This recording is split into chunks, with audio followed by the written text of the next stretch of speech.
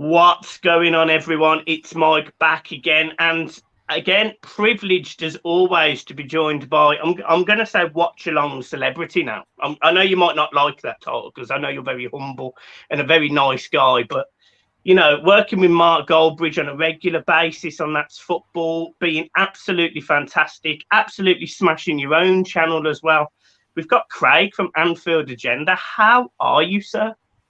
And I'm always good. And look, firstly, congratulations to yourself and your good lady wife. I was absolutely delighted to see you were punching well above your weight there, sir. So well done on that one, first and foremost. But look, you know me, I'm just a normal dude that got a little bit lucky. And, you know, you're a lovely lad. I'm always happy to come on and have a chat, even though, you know, we're supposed to hate each other, but we can move past that. Liverpool and Everton fans, we can move past that. And we can have a general conversation. Yeah, of course, and that's what it's about. My little boy's just asking for his pillow and his blanket. I've had to come in the bed in the little one's bedroom today. Hello. There you go. Hey, I might give a thank. Brilliant. Right, so let's talk about it. Let's talk about the great big elephant in the room. Rafael Benitez today has been officially confirmed as the Everton manager. What should we expect? Well, first and foremost, you are getting a wonderful human being, a wonderful man, a man that loves the city of Liverpool dearly, a man who himself and his wife have done many great charitable things, apart from the £96,000 donation to the Hillsborough Fund, bringing underprivileged kids over to Disneyland Paris. I mean, you are getting a top-notch person. That's first and foremost. So I've seen, obviously, the mixed reaction from both sets of our fan bases, from Everton fans, from Liverpool fans. But for me, Rafael Benitez transcends football. I mean, first and foremost, you are getting a Champions League winning manager. You are getting a manager who will get the players working from. And as I said to you just before we start recording, Mike, if I said to you a couple of years ago, Everton are going to have back-to-back Champions League winning managers, not many people would have turned their noses up at it, and rightly so.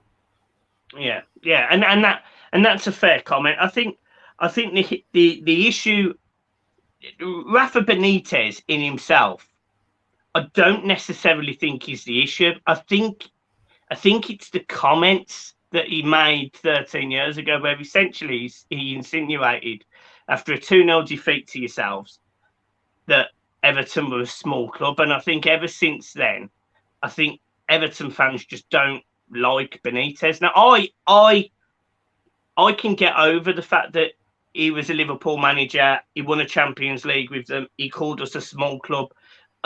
I can get over it because it was so long ago, and I'd want my managers to sort of give that to Liverpool. You know, David Moyes did the same with I think it was Robbie Fowler. He said that he was doing lines of coke and all sorts, and Robbie Fowler celebrated by sniffing the touchline. He said Suarez was diving, so Suarez dived in front of him. It's just comments in football, but to a lot of Everton fans, it's worse than that. And I think you've probably seen the banners and the reaction. I've never seen fallout like this from a fan base, like for any manager. I've never seen it. Yeah, look, I get it. I can get that, of course, but it's 11 years ago since he left Liverpool. It's a very long time, and I think in England maybe we're more obsessed with this type of thing than on the continent. You see, often in Italy, managers will go to various different clubs, even the biggest rivals, and manage there. So what I would say to any Everton fans, and look, it's not my place to tell any Everton fan how to feel, but what I would say is this manager, Rafael Benitez, will leave no stone unturned. His list of contacts, his scouting network, he will do everything he can to make Everton be as successful as he can possibly be. And I hope he'll win you guys over, because I mean, I love the man. I still love him. To me, him taking the Everton job changes nothing for me and my admiration for him, because, I mean, one thing you'll get a little bit annoyed about, and look, it annoyed us as well as Liverpool fans, is zonal marking. You better get used to that. Well, we had that with fucking zonal marking. Jesus. So we had that with Martinez, and his defending was horrendous. So I'm hoping that Rafa's a bit better defensively. What sort of football do you think Everton will expect from Rafa? It's difficult because, you know, when we played in Europe, he was a master at you know, getting clean sheets and stuff like that, and going through winning 1-0. You will get a man that sometimes will let the reins loose, but he is generally more cautious in his approach. It's not going to be fullback bombing forward. I may be very surprised if it is, but I think the caliber of signings that you could expect. I mean, you've signed some good players over the past couple of years, no doubt about that. But I think the name will attract, like Carlo Ancelotti. That's a name people want to come and play for. Rafael Benitez is still held in very high esteem. So I think you can certainly expect a good, solid steel spine through that team, and a team that will go out there and play for the fans. That's one thing Rafa will drill into those players. And he will tell them the fans are the most important. Go out there, win the fans over. And, you know, it mightn't be the prettiest at times. I won't lie to you. You're not going to get a Jurgen Klopp, a Pep Guardiola type of manager, but you will get a manager that knows how to get results. Yeah, I think that's kind of what Everton need, because I think I think it's fair to say now that the dust has settled on Carlo Ancelotti and the way that he left Everton. Everton's home form last season was horrendous. 5 wins at home, or 6 wins at home, was the second worst in our history. And when you sit there and you actually analyse the players and the way that they played, they just didn't look arsed half of the time. And through the people that I've spoken to who support Chelsea, who support Liverpool, I spoke to Grizz earlier today, who support Newcastle, one of the things that you've all said is he will get the players playing for the team, for the fans. And that's exactly what we need right now. We need to see those players being prepared to die on that pitch to really sort of get the fans behind them, you know, put everything into a tackle, you know, try and score goals by really, you know, just being as creative as possible. And I don't care winning 1-0 every week. As long as we win 1-0 every week, you know, who would? But you know what else you'll get from him though, Mike? He won't be afraid to stand up to the board. He will fight for what he believes, and he will stick to his principles. And if he doesn't think that Mishiri or the Everton board are, you know, doing what's right, he'll stand up for the fans and he'll say what you're all thinking. Really? You see that? Absolutely. That's key, because, you know, there's a lot of Everton fans that have questioned the direction of Everton under Mishiri, Marcel Brands. Where are we going? What are we doing? The signings, the managers we've appointed, it's 5 managers in 5 years or whatever it is. You know, it's almost been quite mismanaged. A lot of people have criticised Mashiri for that. A lot of people were saying that the banners towards Rafa Benitez should actually have been towards the Everton board, because you've got a man here who loves the city of Liverpool, who wants to manage Everton Football Club. It's the Everton board that have approached him or have sounded him out. They easily could have said, no, we're not giving you the job. End of story. But they've gone with it. And that's where I think the Everton fans, instead of pointing their fingers at Rafa, should point their fingers at the board. But for me, I'm cool with Rafa Benitez coming into Everton Football Club, because we need people who have won. We need people who have got experience. And I think, for example, Nuno, I don't think he can say that with Wolves. I don't think he can say that. You need someone who's won things in the Premier League, and he has at both Chelsea and Liverpool. That's what I'm saying. I would almost take it as a compliment that he accepted the job, because he wouldn't take any old job. I can promise you that much. I mean, he wouldn't be short of offers. I know he went to China, but I think even I'll admit that was for the money. I mean, he was getting paid very well to go over there, but he always kept his home on Merseyside. He always, you know, his kids were born and raised here. He loves the city, and he will do everything he can, as much as it pains me to say this, to make Everton successful. And obviously, I hope he fails miserably, but, you know, I get it. I get but I mean, who else, as you said? I mean, I'm looking around now. I'm looking at the situation with Spurs, and they're a laughing stock right now. I mean, I like Spurs as a club, but, you know, I think for them, Scott Parker, they missed a trick. I think Scott Parker could have done a good job at Spurs. Nuno, you're right. You know, I would say Rafael Benitez is a Nuno-type manager, but better, much better. He's got the name. Absolutely. He did it at Valencia, did very well there, broke the establishment in Spain, taking that Valencia side with some great players and Pablo Aimar and stuff. To what he won there. I remember Rafa Benitez team with Valencia coming to play Liverpool in the UEFA Cup, the old UEFA Cup, and absolutely playing us off the park. And I was just going, wow.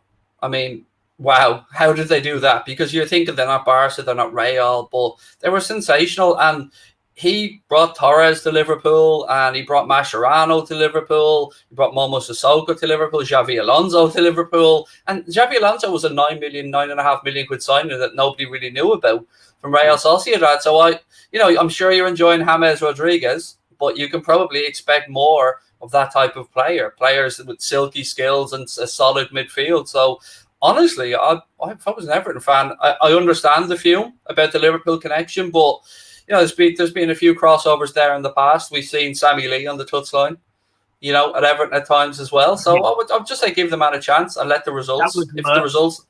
If the results don't do it, then by all means have a pop. That was worse for me because we had Sam Allardyce who played horrendous football and Sammy Lee backing him up. That was, oh my God, for me that was worse than this. That was, it was horrible.